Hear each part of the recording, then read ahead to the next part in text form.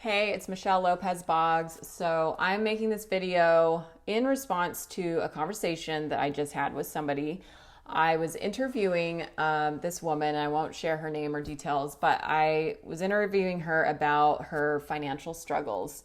And this is for research that I'm doing into my second book topic, which is about entrepreneurs who are struggling with, finances and other things.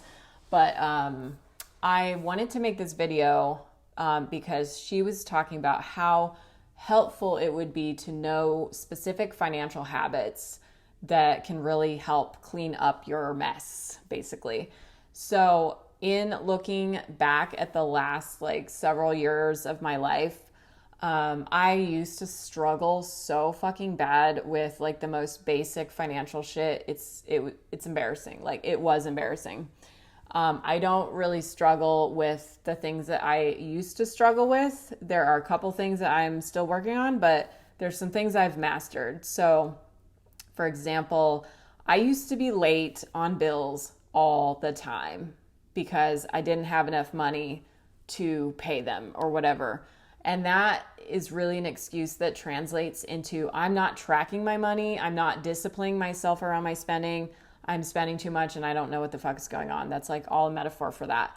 So one of the things that I did, financial habit number one, is I started using YNAB.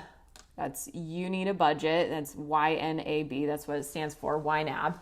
I started using YNAB to track all of my spending, all of my income. It's basically an app that you can use either on your phone or on, the website browser, and you just track everything. You enter it, or you can have it automatically connect to your bank account and it enters it for you. But it's basically the way that you balance your checkbook. So nobody probably really uses a checkbook anymore. It's all online. This is the easy way to balance your checkbook online without having to sit there and manually add up everything that you spent. So that's the first basic habit. I started using that years ago, and it's $50 a year or something, totally worth it. Pay for that if you don't have something like that. I know there's Mint or other things online. I haven't used anything else but YNAB, so I have nothing to compare it to. I just love it. It's great. The second financial habit that will make a huge difference is planning your budget on everydollar.com. And that's another app. Let me just make sure that's right real quick. That's Dave Ramsey's free budgeting app. Yeah, everydollar.com. You can get a free account. So this is my budget planning. This is how I do my budget. Literally 1 to maybe 2 times a month, I'll look at everydollar.com. The first of the month, around when the month starts, I will go on there and spend 10 minutes entering all my bills or expenses that I know are due for that month. And you just sort of lay it out. It's kind of like you're declaring, okay, these are my expenses for the month. And then you enter in all of your income that you're expecting to receive. So if you have, clients that are hiring you that month for something, you put that income in there. And it just kind of gives you a glimpse of what's coming in, what's going to be going out every month. And the idea is you want to do the zero-based budgeting, where say you have $10,000 coming in this month. So you want to put that income in and you want to assign every dollar, hence the name, you want to assign every dollar a job to do or a thing to pay for. And you want to list out, okay, what is this money going to be used for? Is it going to be used for savings? Is it going to be used for paying off a debt? Is it going to be used for paying off certain bills? Is it going to be used for certain expenses? So that's financial habit number 2. Financial habit number 3 that really made a huge fucking difference in my life is allocations and percentages. So without getting too math minded and technical nerdy minded, the idea is you say you get a paycheck, right? And I'm just going to use this example of $1,000. And I don't know if that's showing up backwards on your screen. If it is, I'm so sorry. Just like screenshot it and then flip it. So I have this example check. Say you get $1,000. We're just using a really round, easy number because it's easy. But you might be playing with way bigger numbers, which hopefully you are. Allocations is about deciding like a percentage that you will allocate each check to or each pay period to towards these categories. So for example, I have 3% profit. That means out of this $1,000, I'm putting 3% into my profit savings account. I have 21% allocated to taxes, which is largely because I'm like working on paying off an extra debt on previous tax debts that I didn't pay. I have 50% to salary, which goes to me, 10% to my OPEX, which is operational expenses. So that's like business expenses. 8% to tithing, which kind of works out to 10% net or something. Yeah. 8% to debt. So obviously, like, you may have way bigger numbers here, way bigger paychecks, but the idea is you allocate this. If you add all these percentages up, it adds up to 100. So you have 100% of your paycheck that you're allocating towards, and you're going to decide, what percentage of your check goes to what category. So profit account, I got this concept from Mike Michalowicz, his amazing book called Profit First. I have a profit savings account that I put a percentage of my money into, and it's actually not 3% anymore. It's higher than that. But I started at 1% and I gradually grew it until it was higher. Taxes, when I started doing this, I think I started at like 3% or something, because I was like, there's no way in hell I could pay 20% or 25% to taxes.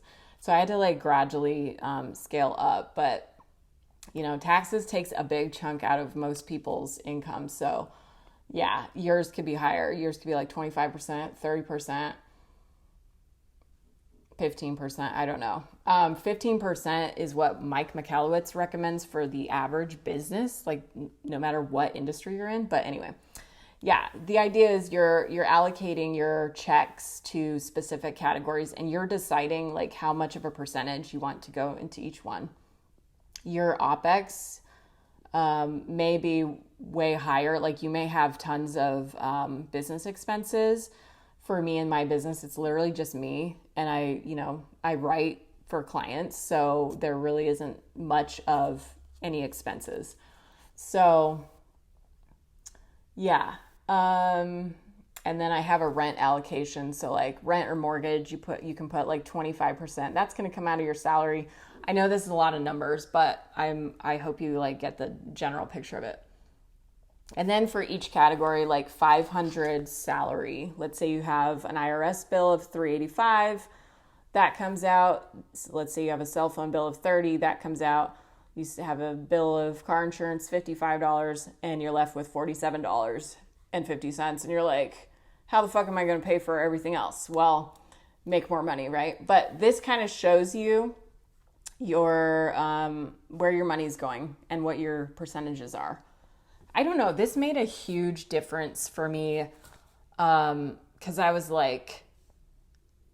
spending too much on business expenses for a long time. I was spending like I would literally get paid and then I would use my entire check to go on a business conference or retreat with somebody that I didn't even admire and somebody that I didn't even want to be like, but I was like getting hooked into the FOMO and the like YOLO of you have to come to this business conference. So doing this whole process like made me see that I was spending way too much of a percentage of my income on OPEX. So I like trimmed it way down. And then, yeah, you get to like decide your percentages. So yeah, that's the third financial habit is allocations and percentages. That's very tangible. I know it's like very mathy and nerdy, but allocating your money, I have such a habit of doing that. So I used to do this on every single check that came in. And then it is a lot of work when you're manually like calculating that out. So Mike Michalowicz in Profit First recommends that you do it every 2 weeks and you kind of let your income sit for a while. So you practice not spending it, you practice not allocating it. And then every 2 weeks, then you allocate everything that's in there so that you're like training yourself to just wait before you use the money. So yeah, those 3 habits. And then, so we had plan your budget on every dollar, use YNAB to track your expenses, allocate your money using percentages. The 4th habit that really made a difference is stop using credit cards to pay for stuff. Pay for everything with a debit card. Now, you can have all kinds of reasons and excuses why you want to use your credit card. They're all bullshit. So if you're like struggling with money in any way, then stop using credit cards. Seriously. Like use your debit card to pay for stuff. For one, there's like research out there that it hurts a little bit to pay for something with your own money because you're literally giving away that money. It doesn't hurt as much when you're swiping a credit card or using, Apple Pay or something that you don't even feel it. So you tend to spend more. So it's a way of feeling what you're purchasing. Yeah, so that's it. That's my 4 tips for, or not tips, 4 specific habits to do financially. If you're kind of in a mess and you want to clean up your mess, those are the 4 absolute basics. They sure as fuck did not teach me any of those when I was in high school or college. So I don't know if kids today are getting trained in this stuff. I know Dave Ramsey's company is like teaching a lot of this basic stuff for high schoolers, and that's like so fantastic. I wish I had that when I was in high school because that would have saved me so much pain and financial mess. But yeah, those are the 4 basics. You start using these whatever age you're at, 30s, 40s, 50s, beyond. These are super basic and they make a huge difference, especially over time. Once you start to do these, it becomes a habit and you just do it. You just do it automatically. I think part of fixing your financial situation is figuring out the right habits to do and then doing them so that they're automatic and you don't have to think about them. You don't have to negotiate with yourself on certain things because you're just doing it automatically. And that's the beauty of making it into a habit, is you don't have to think about it. So yeah, this is all probably going into my 2nd book. I have a chapter that I'm working on that's specifically on finances. I know if you're on my email list or Instagram, you may have seen some posts or emails about my 2nd book. It's in development. I'm writing it. I'm writing the chapters. I'm fleshing it out, and I really am excited for how it's coming along. So it is based on real life shit. I have actual interviews and people that are struggling, especially after 2020, all that craziness. And yeah, it just revealed where everybody's at financially. Some people had struggles that were unrelated to all the 2020 craziness, and they just had struggles in their own personal life that caused financial difficulty. So yeah, it just exposes where you are. Are you able to weather any financial storm that happens? If you have to stop working, are you able to weather that? Do you have enough savings to tide you over for a year or for 2 years, whatever? If you suddenly can't pay your debt that you've been managing, how are you going to pay that if you're not making the money to pay for that? All kinds of stuff. It's savings, debt, financial habits. Ooh, it's juicy stuff.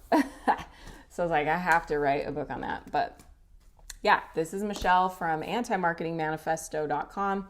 Hope this video was helpful. Let me know in the comments if you found this video helpful, if you actually listened to this whole thing.